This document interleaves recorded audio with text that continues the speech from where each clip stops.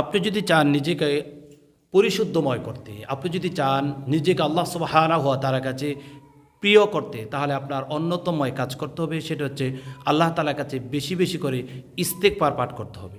আপনি বারংবার পড়বেন আস্তাগফিরুল্লাহ, আস্তাগফিরুল্লাহ, আস্তাগফিরুল্লাহ, আস্তাগফিরুল্লাহ রব্বি মিন কুল্লি জামবি ওয়া আতুবু ইলাইহি লা হাওলা ওয়ালা কুওয়াতা ইল্লা বিল্লাহিল আলিয়্যিল আযীম।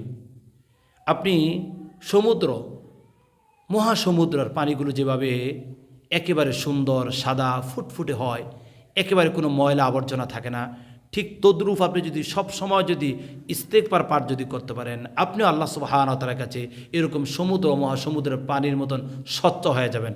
আলহামদুলিল্লাহ। তাহলে আসুন বেশি বেশি করে আমরা আল্লাহ তাআলার কাছে ইস্তেগফার পাঠ করি, আর আল্লাহ তাআলার কাছে সমুদ্র মহাসমুদ্রের পানিগুলো যেভাবে একবারে টলমল করে স্বচ্ছ থাকে, এরকম আল্লাহ তাআলার কাছে আমরাও পুত এবং পবিত্র হয়ে যাই।